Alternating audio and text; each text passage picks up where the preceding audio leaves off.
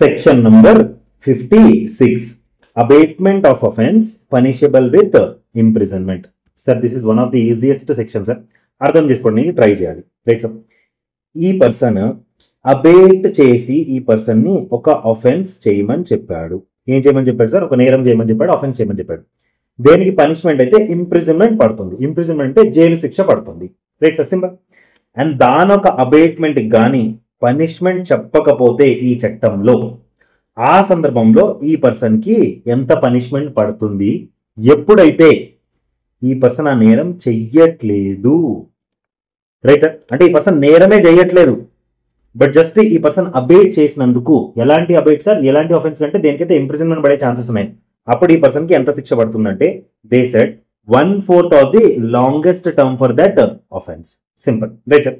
So for example ఈ person కి false evidence ఇవ్వమని చెప్పాడు అండ్ ఈ పర్సన్ చెప్తున్నాడు నేను ఇవ్వను. బట్ ఫాల్స్ ఎవిడెన్స్ కి ఎంత శిక్ష పడేది sir? For example 2 years. So ఈ పర్సన్ కి ఎంత పడుతుంది అంటే 1/4 అంటే 6 months జైలు శిక్ష పడుతుంది. Simple. Hope you are able to understand. ఇప్పుడు కొంచెం లెవెల్ వేస్తాను చూడండి సార్. ఈ అబేటర్ ఎవరైతే ఉన్నారో తిని కానీ పబ్లిక్ సర్వెంట్ అయితే, ఇక్కడ చూడండి, పబ్లిక్ సర్వెంట్ అంటే పోలీస్ ఆఫీసరా? ఫర్ ఎగ్జాంపుల్ పోలీస్ ఆఫీసర్ ఒక అఫెన్స్ చేయమన్నాడు, దేనికైతే పనిష్మెంట్ ఇంప్రిజన్మెంట్ పడుతుందో అండ్ ఈ పర్సన్ ఆ అఫెన్స్ చేయట్లేదు, అప్పుడు ఈయనకి ఎంత శిక్ష పడుతుంది? ఎంత పడుతుంది అంటే 1/2. Right sir, 1/2 of the longest term for that offence. For example తినని రాబరీ చేయమని చెప్పాడు అండ్ చెయ్యలేదు. ఫర్ ఎగ్జాంపుల్ రాబరీకి ఒక 4 years పెట్టుకుందాం సార్.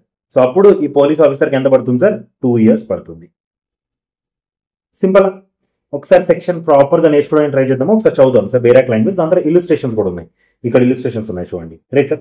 సో ఫస్ట్ సెక్షన్ అర్థం చేసుకుని దాని తర్వాత ఇలిస్ట్రేషన్ వెళ్ళిపోదాం.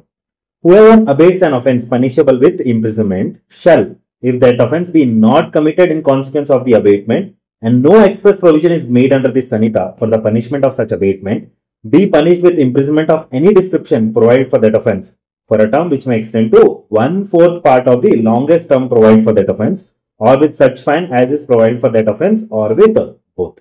And if the abater or the person abated is a public servant, my example a police officer, whose duty it is to prevent the commission of such offense, the abater shall be punished with imprisonment of any description provided for that offense for a term which may extend to 1/2 of the longest term provided for that offense, or with such fine as is provided for the offense, or with both.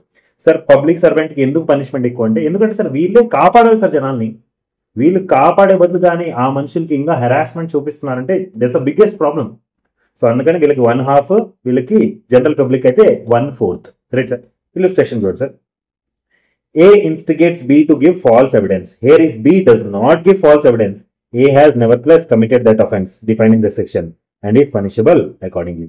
అంటే ఇక్కడ A అనే ఒక వ్యక్తి ఉన్నాడు, వీడు abatement కింద వీడిని falls evidence ఇవ్వమని చెప్పాడు. వీడేం చెప్పాడు? నేను చేయను రా బాబు. అప్పుడు వీడికి ఎంత పడుతుంది sir? 1/4. Simple. 1/4 of the longest term. Right. Next one sir. A police officer whose duty it is to prevent robbery abates the commission of robbery.